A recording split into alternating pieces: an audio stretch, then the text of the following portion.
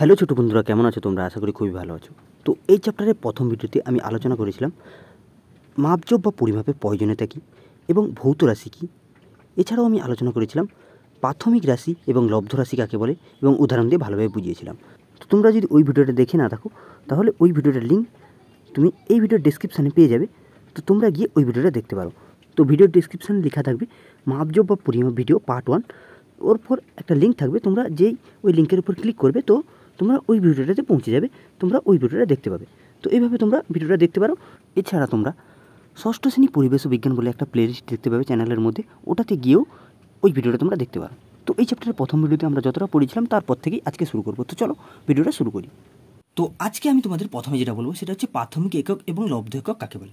তো চলো প্রথমে তোমাদের বলি প্রাথমিক একক কাকে বলে। তো দেখো, প্রাথমিক রাশির একককেই প্রাথমিক একক বলা হয়। তো তোমাদের প্রাথমিক রাশি সম্বন্ধে আমি অলরেডি বলে দিয়েছি। তো প্রাথমিক রাশি কাকে বলে তোমরা জানো, প্রাথমিক রাশির উদাহরণও তোমরা দিতে পারবে। তো প্রাথমিক রাশির উদাহরণ কী হবে? দৈর্ঘ্য, প্রস্থ, উচ্চতা। তো এইসব যে প্রাথমিক রাশি, এদের যে এককটা ওদেরকেই কী বলা হবে? প্রাথমিক একক বলা হবে। তাহলে দৈর্ঘ্য, প্রস্থ, উচ্চতা এইসব প্রাথমিক রাশির একক কী? যেমন দৈর্ঘ্যের যদি তুমি একক বলতে চাও তাহলে ওই ক্ষেত্রে কী হবে? মিটার বা সেন্টিমিটার। তাহলে এক্ষেত্রে মিটার বা সেন্টিমিটার এটা প্রাথমিক রাশির একক। তাহলে এদের এই যে মিটার বা সেন্টিমিটার একে বলা হয় প্রাথমিক একক। তাহলে তোমরা বুঝে গেলে প্রাথমিক একক কাকে বলে। এবার তোমাদের যেটা বুঝতে হবে সেটা হচ্ছে লব্ধ একক কাকে বলে। তো লব্ধ রাশির একককেই লব্ধ একক বলা হয়। এবার তোমাদের আমি লব্ধ রাশি সম্বন্ধে বলেছিলাম। লব্ধ রাশির উদাহরণ কী হবে? ক্ষেত্রফল, আয়তন, ঘনত্ব, এইসব হচ্ছে লব্ধ রাশির উদাহরণ। তো ওদের একক কী? ক্ষেত্রফলের একক কী? বর্গমিটার। তাহলে এই যে বর্গমিটার এককটা, এটা যেহেতু লব্ধ রাশির একক, তাই এই বর্গমিটার এককটা হবে লব্ধ একক। কেননা বর্গমিটার কার একক? ক্ষেত্রফলের একক। ক্ষেত্রফল কী রাশি? লব্ধ রাশি। তাহলে লব্ধ রাশির একক বর্গমিটার, তাহলে এটা হবে লব্ধ একক। একই রকমভাবে তুমি যদি ঘনমিটারের কথা বলো, ঘনমিটার কার একক? আয়তনের একক। আয়তন কি রাশি? আয়তন লব্ধ রাশি। তাহলে ঘনমিটার যে এককটা হবে এটাও কিন্তু লব্ধ একক হবে। তাহলে এটা তোমরা বুঝে গেলে, যেহেতু ঘনমিটার এককটা লব্ধ রাশি, আয়তনের একক, তাই এই ঘনমিটার এককটাকে লব্ধ একক বলা হবে। এটুকু তোমাদের বুঝিয়ে দিতে হবে। তাহলে এখান থেকে তোমরা বুঝে গেলে লব্ধ একক কী, প্রাথমিক একক কী। তাহলে এবার আমাদের জানতে হবে, আমি যে বলেছিলাম বিভিন্ন ভৌত রাশি সম্বন্ধে, তো প্রত্যেকটা ভৌত রাশি সম্বন্ধে আমাদের একটু একটু করে জানতে হবে। যেমন প্রথমে যে ভৌত রাশিটা সম্বন্ধে আমরা জানবো সেটা হচ্ছে দৈর্ঘ্য। কী করে আমরা দৈর্ঘ্য ভৌত রাশিটা পরিমাপ করতে পারবো এবং দৈর্ঘ্য ভৌত রাশি পরিমাপ করার জন্য আমরা কোন যন্ত্র ব্যবহার করি, এই সম্বন্ধে আমরা এবার জানা শুরু করব। তো চলো প্রথমেই তোমাদের দৈর্ঘ্য যে ভৌত রাশি এটা সম্বন্ধে একটু বলি। তো দেখো, আগেকার দিনে কী হতো? কোনো কিছু দৈর্ঘ্য মাপার জন্য হাত বা বিগত ব্যবহার করা হতো। মানে হাত বা বিগতর সাহায্যে কোনো কিছু দৈর্ঘ্য কিন্তু আগেকার দিনে মাপা হতো। তো বিগত জিনিসটা কি? এখানে তোমরা বইয়ের ছবিতে দেখতে পাচ্ছ বিগত জিনিসটা কি। তো এই যে হাত বা বিগত দিয়ে কোনো কিছু দৈর্ঘ্য মাপার ক্ষেত্রে অসুবিধাটা কী? তো দেখো, ধরো তুমি বাজারে গিয়ে 5 হাত দড়ি নিলে, আবার তোমার বাবা বাজার থেকে 5 হাত দড়ি আনলো। ধরো তুমি যে 5 হাত দড়িটা বাজার থেকে এনেছো, ও ক্ষেত্রে কী করেছো? তুমি তোমারই 5 হাত মেপে দড়িটা এনেছো। এবং তোমার বাবা কি করেছে? তোমার বাবা তার নিজের 5 হাত মেপে দড়িটা এনেছে। তো বলো তোমরা এবার কোন ক্ষেত্রে দড়িটা বেশি পরিমাণে আসবে? তোমার বাবা বেশি পরিমাণ দড়ি নিয়ে আসবে না তুমি বেশি পরিমাণ দড়ি নিয়ে আসবে? তো অবশ্যই তোমার বাবা দোকান থেকে বেশি পরিমাণ দড়ি নিয়ে আসবে। কেন? কারণ তোমার বাবার যে হাতের দৈর্ঘ্যটা তোমার চেয়ে অনেক বড়। তাই তোমার বাবা যদি 5 হাত দড়ি নিয়ে আসে বাজার থেকে, তাহলে তোমার চেয়ে অনেক বেশি দড়ি নিয়ে আসবে। কিন্তু তোমার হাতের দৈর্ঘ্য যেহেতু ছোটো, তাই তুমি যদি বাজার থেকে 5 হাত দড়ি নিয়ে আসো, তাহলে এক্ষেত্রে কী হবে? তুমি কম পরিমাণ দড়ি আনবে। তাহলে এক্ষেত্রে বোঝা যাচ্ছে সবার হাতের দৈর্ঘ্য বা বিগত দৈর্ঘ্য কিন্তু সমান নয়। তাই হাত বা বিগত মেপে কোনো কিছু আনা বা কোনো কিছু দেওয়া এক্ষেত্রে অনেক অসুবিধার সৃষ্টি হচ্ছে। যেমন ধরো তুমি কাউকে 5 হাত মেপে দড়ি দিয়ে দিলে, এবার তোমার বাবা একই লোককে 5 হাত মেপে দড়ি দিল, তাহলে তুমি যতটা ওকে দড়ি দেবে তার চেয়ে তোমার বাবা কিন্তু ওকে বেশি দড়ি দেবে। কিন্তু দুজনই কিন্তু তোমরা 5 হাত দড়ি দিয়েছো, তাহলে তোমার বাবার ক্ষেত্রে দেওয়া দড়ির পরিমাণ বেশি হলো কেন? কারণ তোমার বাবার যে হাতের দৈর্ঘ্যটা তোমার চেয়ে বেশি। আরও ধরো একটা নির্দিষ্ট পরিমাণ দড়ি দিয়ে তোমাকে হাত দিয়ে মাপতে বলা হলো এবং তোমার বাবাকে হাত দিয়ে মাপতে বলা হলো। তার তোমার ক্ষেত্রে ওই দড়িটা যত হাত হবে, তোমার বাবার ক্ষেত্রে নিশ্চয়ই তত হাত হবে না, কম হাত হবে, কারণ তোমার বাবার যে হাতের দৈর্ঘ্যটা বড়। তাহলে এক্ষেত্রে বুঝতে পারছো তোমরা কত অসুবিধার সৃষ্টি হচ্ছে। তাহলে যেহেতু হাতের দৈর্ঘ্য সবার সমান নয়, তাই এই হাতের দৈর্ঘ্য দিয়ে যদি পরিমাপ করা হয় এবং কোনো কিছু জিনিস যদি তুমি আনতে যাও, তাহলে সব ক্ষেত্রে তুমি কিন্তু সমান মূল্য দিয়ে সমান পরিমাণ জিনিসটা পাবে না। তাহলে এখানে অনেক অসুবিধার সৃষ্টি হচ্ছে। তো এই অসুবিধা দূর করার জন্য আমাদের কোনো কিছু একটা বিকল্প ভাবতে হবে। তো সেটাই হচ্ছে একক। এটাই তোমাদের এখন বলবো যে একক জিনিসটা কী। তো দেখো, কোনো রাশিকে পরিমাপ করার জন্য ওই রাশির একটি ক্ষুদ্রতম অংশকে প্রমাণ হিসাবে ধরা হয়, ওই ক্ষুদ্রতম অংশকেই ওই রাশির একক বলা হয়। তাহলে সংজ্ঞাটা তোমাদের আরেকবার বলে দিই, একক কাকে বলে, তারপরে তোমাদের একক সম্বন্ধে আরও ভালোভাবে বোঝাবো। তো যদি একক কাকে বলে তোমাদের আসে, তাহলে তোমরা লিখবে কোনো রাশিকে পরিমাপ করার জন্য ওই রাশিরই একটি ক্ষুদ্রতম অংশকে প্রমাণ হিসাবে ধরা হয়, ওই ক্ষুদ্রতম অংশকে কী বলা হয়, ওই রাশির একক বলা হয়। তো চলো তোমাদের একটু বলি এককের ধারণা কী করে এসেছে। তো দেখো, ধরো আমরা কোনো রাশির একটা ক্ষুদ্রতম অংশ নিলাম এবং ওই ক্ষুদ্রতম অংশকে প্রমাণ হিসাবে ধরে নিলাম এবং ওর একটা নাম দিয়ে দিলাম।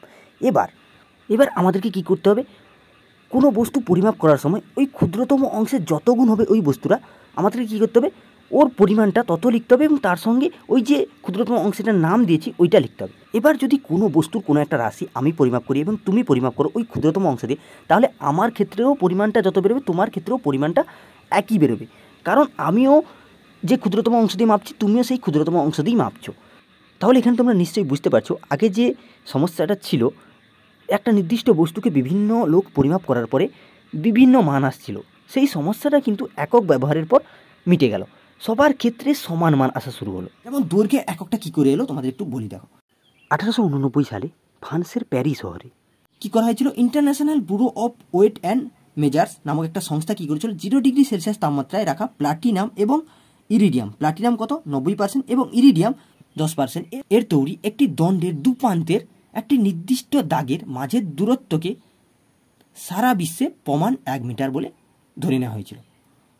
তাহলে এখানে তোমরা বুঝতে পারছো 1889 সালে প্লাটিনাম এবং ইরিডিয়ামের তৈরি ওই যে দণ্ডটা, ওর দুটো নির্দিষ্ট দাগের মাঝখানে যে দূরত্বটা, ওই দূরত্বটাকেই কিন্তু দৈর্ঘ্যের এসআই একক বলে সারা বিশ্ব মেনে নিয়েছিল এবং ওর নাম দেওয়া হয়েছিল মিটার। এই জন্য এসআই পদ্ধতিতে দৈর্ঘ্যের একক কিন্তু মিটার হয়। তাহলে তোমরা বুঝতে পারছো এসআই পদ্ধতিতে দৈর্ঘ্যের যে এককটা এটা কী করে এলো এবং দৈর্ঘ্যের এককটা কী করে এলো। এবং এখন কোনো বস্তু যদি দৈর্ঘ্য আমরা মাপতে যাই, তাহলে ওই বস্তুটার দৈর্ঘ্য ওই যে দূরত্বটা ছিল না 1889 সালে, ওই যে দণ্ডের দুটো দাগের মধ্যেকার দূরত্ব, ওই দূরত্বের যত গুণ হবে আমরা তাকে তত মিটার বলবো। যেমন যদি কোনো বস্তুর দৈর্ঘ্য ওই যে দূরত্বটা, ওই দূরত্বটার 3 গুণ হয়, তাহলে আমরা তাকে কী বলবো, আমরা বলবো বস্তুটির দৈর্ঘ্য 3 মিটার। তো এইভাবে কিন্তু দৈর্ঘ্যের যে এককটা এটা কিন্তু এসছে। তাহলে তোমরা এখানে বুঝতে পারছো যে দৈর্ঘ্যের এককটা কী করে এলো, ভালোভাবে বুঝতে পেরে গেলে, এবং দৈর্ঘ্যের এসআই পদ্ধতিতে একক কী এটাও তোমরা ভালোভাবে বুঝতে পেরে গেলে। এসআই পদ্ধতি তাহলে দৈর্ঘ্যের একক হচ্ছে মিটার, এবং মিটারটা কী করে এলো সেটাও তোমরা বুঝে গেলে। 1889 সালে কিন্তু প্রথমেই যে মিটারের ধারণটা এটা কিন্তু এসেছিলো এবং এই নামটা কিন্তু 1889 সালেই প্রথম দেওয়া হয়েছিল।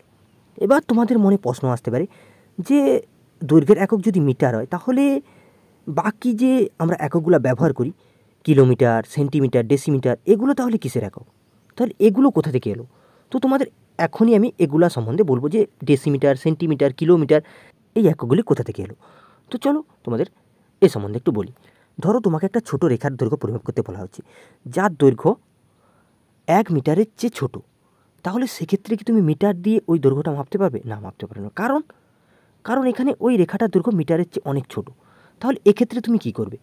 তো এই সমস্যা দূর করার জন্য কি করা হলো, মিটারকে যদি আমি 10 ভাগে ভাগ করে দিই, ওই 1 ভাগ যদি দিয়ে আমি ওই ছোটো রেখাটার দৈর্ঘ্য মাপতে যাই, তাহলে কিন্তু সেক্ষেত্রে আমি মেপে দেবো।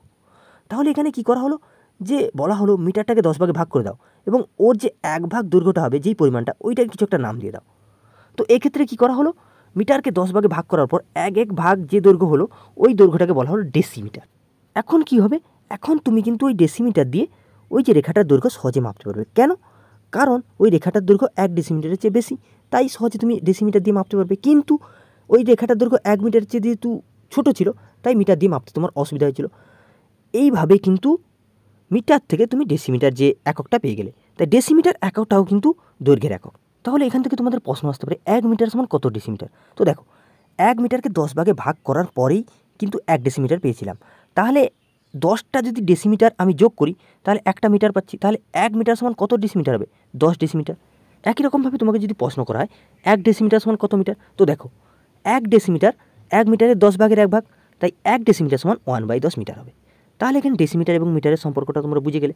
আবার আরও অনেক ক্ষেত্রে দেখা গেল এমন কোনো বস্তু তোমাকে মাপতে বলা হচ্ছে যেখানে তুমি ডেসিমিটার দিয়েও মাপতে পারছো না, তখন কী করা হলো, মিটারকে 100 ভাগে ভাগ করে দেওয়া হলো এবং 1 ভাগের যে দৈর্ঘ্যটা হলো, ওই দৈর্ঘ্যটাকে বলা হলো সেন্টিমিটার। তো সেন্টিমিটার তাহলে কী করে আসলো তোমরা বুঝতে পারছো, 1 মিটারকে যদি তুমি 100 ভাগ করো, তাহলে 1 ভাগের যে দৈর্ঘ্যটা হবে ওটাই হচ্ছে সেন্টিমিটার।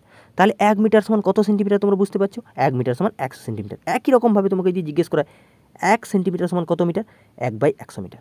এখানে বুঝতে পেরে গেলে। আবার যদি এখানে তোমাকে জিজ্ঞেস করায় 1 ডেসিমিটার সমান কত সেন্টিমিটার, তাহলে 1 মিটার থেকে ডেসিমিটারে আসতে তোমাকে 10 গুণ করতে হয়েছিল, আবার মিটার থেকে সেন্টিমিটারে আসতে তোমাকে 100 গুণ করতে হয়েছিল। তাহলে ডেসিমিটার থেকে সেন্টিমিটারে আসতে তোমাকে কত গুণ করতে হবে? তোমরা সহজেই বলতে পারবে 10 গুণ করতে হবে। তাহলে এখানে তোমরা বুঝতে পারছো 1 ডেসিমিটার সমান 10 সেন্টিমিটার। আবার কোনো ক্ষেত্রে এমন কোনো বস্তু তোমাকে দৈর্ঘ্য মাপতে বলা হচ্ছে যেটা সেন্টিমিটার দিয়েও তুমি মাপতে পারছো না, তো সেক্ষেত্রে তুমি কি করে ওই বস্তুটার দৈর্ঘ্য মাপতে পারবে? তো এক্ষেত্রে কী করা হচ্ছে, 1 মিটারকে 1000 ভাগ করে দেওয়া হচ্ছে এবং এক ভাগের যে দৈর্ঘ্য হচ্ছে ওই দৈর্ঘ্যটাকে কী বলা হচ্ছে, ওই দৈর্ঘ্যটাকে বলা হচ্ছে মিলিমিটার। তো তাহলে এখানে বুঝতে পারছো তোমরা মিলিমিটার কী করে এলো, এবং মিটার এবং মিলিমিটারের মধ্যে তোমাকে যদি সম্পর্ক লিখতে বলা হয় তাহলে কী করে লিখবে? 1 মিটারকে যদি তুমি 1000 ভাগ করো তাহলে কী পাচ্ছ? 1 মিলিমিটার। তাহলে 1 মিটার সমান 1000 মিলিমিটার। আবার যদি বলা হয় 1 মিলিমিটার সমান কত মিটার, তাহলে 1 মিলিমিটার 1 মিটারের 1000 ভাগের 1 ভাগ, তাহলে 1 মিলিমিটার সমান 1/1000 মিটার। এটা সহজে তোমরা বের করতে পারবে, কোনো অসুবিধা হবে না।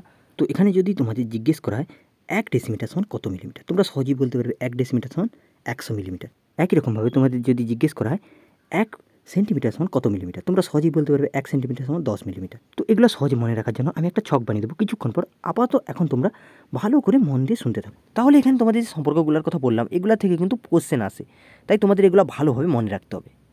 এবার ধরো তোমার বাড়ি থেকে তোমার স্কুলের দূরত্ব অনেকটাই, এবং তোমাকে বলা হচ্ছে তুমি মিটার দিয়ে তোমার বাড়ি থেকে তোমার স্কুলের দূরত্ব মাপো। তাহলে সেক্ষেত্রে কি তুমি মিটার দিয়ে তোমার বাড়ি থেকে স্কুলের দূরত্ব মাপতে পারবে না? এক্ষেত্রে কিন্তু অনেক অসুবিধা হবে। তুমি যদি মিটার দিয়ে তোমার বাড়ি থেকে স্কুলের দূরত্ব মাপতে যাও তাহলে এক্ষেত্রে তুমি কি করবে? এক্ষেত্রে তোমার প্রয়োজন এমন কোনো একক যেটা মিটারের চেয়ে একটু বড় হবে, তাহলে তুমি সহজে তোমার বাড়ি থেকে স্কুলের দূরত্ব মাপতে পারবে। তো এই অসুবিধাটা দূর করার জন্য কী করা হলো, মিটারকে 10 গুণ করা হলো এবং যে দৈর্ঘ্যটা হলো ওই দৈর্ঘ্যটার কী নাম দেওয়া হলো? ডেকামিটার। এখন তুমি ডেকামিটার দিয়ে যদি তোমার বাড়ি থেকে স্কুলের দূরত্ব মাপতে যাও তাহলে এক্ষেত্রে তোমাকে অনেক কমবার মাপতে হবে। মিটার দিয়ে মাপার জন্য যতবার তোমাকে মাপতে হয়েছিল তার চেয়ে তোমাকে অনেক কমবার মাপতে হবে, এক্ষেত্রে অনেক তোমার সুবিধা হয়ে গেল। তাহলে এক্ষেত্রে তোমাকে যদি বলে ডেকামিটার এবং মিটারের মধ্যে সম্পর্কটা কী, তাহলে 1 ডেকামিটার সমান 10 মিটার। কেন? কারণ মিটারের সঙ্গে 10 গুণ করেই আমরা ডেকামিটার পেয়েছি। তো 10 গুণ করার কথার অর্থ কী? মিটারকে 10 বার যোগ করা। মানেটা কি এখানে?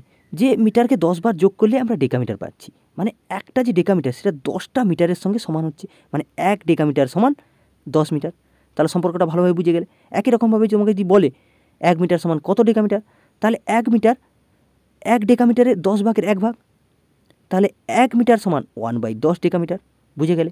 একই রকমভাবে ধরো তোমাকে এর চেয়েও কোনো বড় দূরত্ব মাপতে দেওয়া হলো এবং তাতে তোমার কী হচ্ছে, ডেকামিটার দিয়ে অনেকবার মাপতে হচ্ছে। তাহলে এই অসুবিধাটা দূর করার জন্য কী করা হলো, মিটারকে 100 গুণ করা হলো এবং নাম কী দেওয়া হলো? হেক্টোমিটার। তো এক্ষেত্রে তোমার সুবিধা হয়ে গেল। এবার তোমাকে যদি মিটার এবং হেক্টোমিটারের মধ্যে সম্পর্ক বলতে বলে তাহলে কি বলবে? তাহলে মিটারের সঙ্গে তুমি 100 গুণ করে হেক্টোমিটার পেয়েছো, তাহলে 1 মিটার সমান কত হেক্টোমিটার? 1 মিটার হেক্টোমিটারের 100 ভাগের 1 ভাগ, মানে 1/100 হেক্টোমিটার। একই রকমভাবে 1 হেক্টোমিটার সমান কত মিটার? একটা হেক্টোমিটার 100টা মিটারের সঙ্গে সমান, কারণ 100 গুণ করে এসছে। তাহলে 1 হেক্টোমিটার সমান 100 মিটার। বুঝে গেলে।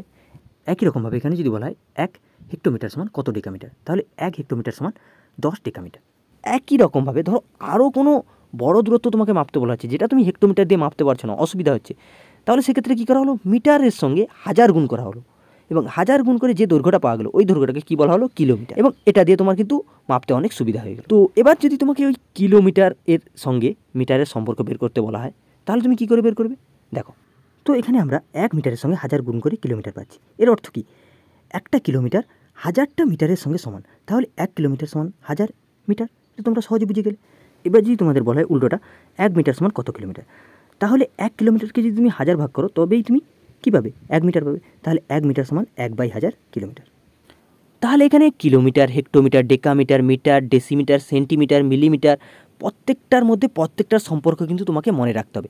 তাহলে প্রত্যেকটার সঙ্গে প্রত্যেকটার সম্পর্ক যদি তুমি সহজে মনে রাখতে চাও তাহলে এই ছকটা কিন্তু তোমাকে মনে রাখতে হবে। এই ছকটা তোমরা বইতেও পেয়ে যাবে। তো এই ছকটা থেকে কিন্তু তোমরা সহজে প্রত্যেকটার সঙ্গে প্রত্যেকটার সম্পর্ক মনে রাখতে হবে। তো ছকটার মাঝে যেটা আছে সেটা হচ্ছে মিটার। তো মিটার থেকে তুমি যদি ডান দিকে 1 ঘর যাও তাহলে তুমি কোথায় গিয়ে পৌঁছাবে? তুমি ডেসিমিটারে গিয়ে পৌঁছাবে। তো মিটার থেকে ডেসিমিটারে আসার জন্য তোমাকে কতগুলো ঘর পেরোতে হয়েছে? একটাই ঘর পেরোতে হয়েছে। যেহেতু এখানে তোমাকে একটাই ঘর পেরোতে হয়েছে তাই মিটার ডেসিমিটারে 10 গুণ হবে, তাহলে 1 মিটার সমান 10 ডেসিমিটার হবে। আবার যদি তুমি আরও একটা ঘর পেরিয়ে যাও তাহলে তুমি কোথায় গিয়ে পৌঁছাবে? তুমি সেন্টিমিটারে গিয়ে পৌঁছাবে। তো এখানে তুমি ডান দিকে 2টো ঘর পেরিয়ে এসো। তাহলে এখানে যদি তোমাকে 1 মিটার সমান কত সেন্টিমিটার বলা হয়, তাহলে তোমাকে দুটো 10 গুণ করতে হবে। দুটো 10 গুণ করার অর্থ কি? 100 গুণ করা।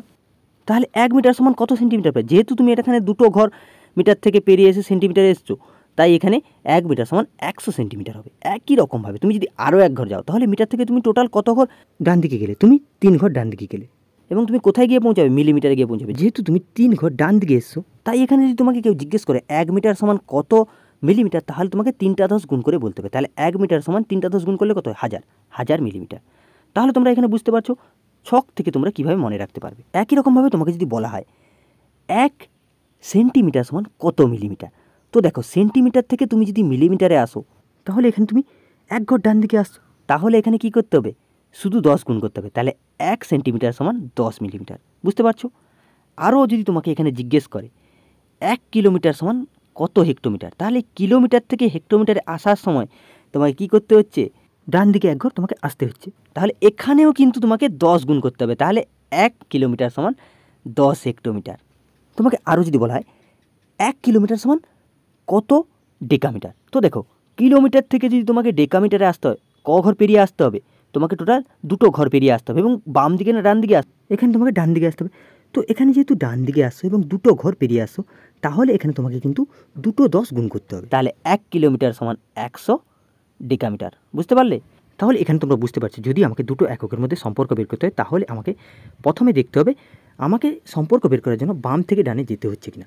যদি আমাকে সম্পর্ক বের করার জন্য বাম থেকে ডানে যেতে হয়, তাহলে আমাকে এখানে কি করতে হবে? প্রথমে দুটো একক লিখে দিতে হবে, মাঝখানে সমান চিহ্ন দিয়ে দিতে হবে, এবং তারপর দেখতে হবে আমাকে কতগুলো ঘর পেরিয়ে যেতে হচ্ছে। আমাকে যতগুলো ঘর পেরিয়ে যেতে হবে, আমাকে কী করতে হবে? ততগুলো 10 গুণ করতে হবে। যত হবে আমাকে দ্বিতীয় এককের সঙ্গে ওই সংখ্যাটা গুণ করে দিতে হবে। যদি 3টে ঘর পেরিয়ে যেতে হবে, তাহলে 3টে 10 গুণ করলে 1000, তাহলে দ্বিতীয় এককের সঙ্গে আমাকে 1000 গুণ করে দিতে হবে। এইভাবে দুটো এককের মধ্যে সম্পর্ক বের করার জন্য যদি বাম থেকে ডানে যেতে হয়, তাহলে তোমরা যে কোনো দুটি এককের মধ্যে সম্পর্ক খুব সহজেই বের করতে পারবে।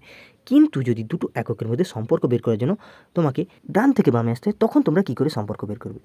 ওখানে তোমাদের দেখতে হবে ডান থেকে বামে তোমরা কতগুলো ঘর পেরিয়ে আসছো। তোমরা যতগুলো ঘর পেরিয়ে আসবে, তোমাদের কী করতে হবে? ততগুলো 10 গুণ করতে হবে, এবং যে সংখ্যাটা পাবে ওই সংখ্যাটা কিন্তু তোমাদের দ্বিতীয় এককের সঙ্গে গুণ না করে ভাগ করতে হবে। তো বাম থেকে ডানে যাওয়ার জন্য তোমাদের কী করতে হয়েছিল? গুণ করতে হয়েছিল। এখানে শুধু তোমাদের ভাগ করতে হচ্ছে, বাকি সব কিছু কিন্তু একই। তো চলো একটা উদাহরণ দিয়ে বুঝিয়ে দিই, তাহলে তোমরা সহজে বুঝতে পারবে। ধরো তোমাকে মিলিমিটারের সঙ্গে মিটারের সম্পর্ক বের করতে বলা হচ্ছে। তো মিলিমিটার থেকে মিটারে আসার জন্য তোমাকে কতগুলো ঘর পেরিয়ে আসতে হয়? তোমাকে 3টে ঘর পেরিয়ে আসতে হয়, এবং ডান থেকে বামে 3টে ঘর পেরিয়ে আসতে হয়। তাহলে এখানে যেহেতু ডান থেকে বামে 3টে ঘর পেরিয়ে আসতে হয়েছে, তোমাকে প্রথমত যে কাজটা করতে হবে, এখানে 3টে ঘর পেরিয়ে আসার জন্য 3টে 10 গুণ করে দেখে নিতে হবে কত হয়। 3টে 10 গুণ করলে কত হয়? 1000 হয়, তোমরা জানো। এবার এখানে ডান থেকে বামে এসছো, তাহলে এখানে দ্বিতীয় যে এককটা থাকবে ওটার সঙ্গে তোমাকে 3টে 10 গুণ করে যেটা পেয়েছো ওটা ভাগ করতে হবে। তাহলে এখানে দ্বিতীয় এককটা কি? তাহলে দ্বিতীয় এককটা এখানে মিটার, তাহলে মিটারের সঙ্গে তোমাকে 1000 ভাগ করতে হবে। তাহলে এখানে সম্পর্কটা কী বেরোবে? সম্পর্কটা বেরোবে 1 মিলিমিটার সমান 1/1000 মিটার। যেহেতু এখানে 3টে ঘর বাম দিকে পেরিয়ে আসতে হয়েছে, তাই এখানে 3টে 10 গুণ করে 1000 হয়েছে এবং 1000 ভাগ করতে হয়েছে। তাহলে তোমরা সহজে বুঝে গেলে। ধরো তোমাকে বললো 1 মিটার সমান কত ডেকামিটার। তো মিটার থেকে ডেকামিটারে আসতে তোমাকে কত ঘর পেরিয়ে আসতে? একটাই ঘর পেরিয়ে আসতে, এবং তোমাকে এখানে ডান থেকে বামে যেতে হচ্ছে। তাই এখানে তোমাকে একটাই ঘরের জন্য তোমাকে 10 কী করতে হবে? ভাগ করতে হবে, যেহেতু তুমি এখানে ডান থেকে বামে আসছো। তাহলে এখানে সম্পর্কটা কী হবে? 1 মিটার সমান 1/10 ডেকামিটার। তাহলে এভাবেই তোমরা কিন্তু এখানে যে কোনো দুটি এককের সঙ্গে খুব সহজেই সম্পর্ক বের করতে পারবে। তাহলে তোমরা এখানে খুব ভালোভাবে বুঝে গেলে দৈর্ঘ্যের প্রত্যেকটা এককের মধ্যে সম্পর্ক কী, এবং কী করে দৈর্ঘ্যের এতগুলো একক এলো, প্রত্যেকটা একক কী করে এলো তোমাদের আমি বুঝিয়ে দিলাম। আশা করি তোমাদের এতদূর পর্যন্ত বুঝতে কোনো অসুবিধা হয়নি। তো তবুও যদি তোমাদের কোনো জায়গাতে প্রবলেম থাকে, কোনো জায়গায় তোমাদের বুঝতে অসুবিধা হয়, তাহলে তোমরা অবশ্যই কমেন্ট বক্সে লিখতে পারো। আমি চেষ্টা করব তোমার যে প্রবলেমটা আছে সেটা সলভ করে দেওয়ার। তো যদি এতদূর পর্যন্ত ভিডিওটা তোমাদের একটুও ভালো লেগে থাকে, তাহলে ভিডিওটা অবশ্যই লাইক করে দাও এবং চ্যানেলকে সাবস্ক্রাইব করে বেল আইকনটা প্রেস করে দাও, যাতে এর পরবর্তী ভিডিও তোমাদের কাছে খুব তাড়াতাড়ি পৌঁছে যায়। তো চলো আজকে এই পর্যন্ত থাক। পরবর্তী ভিডিওতে এই চ্যাপ্টারেরই পরবর্তী অংশ নিয়ে আলোচনা করার জন্য আসছি।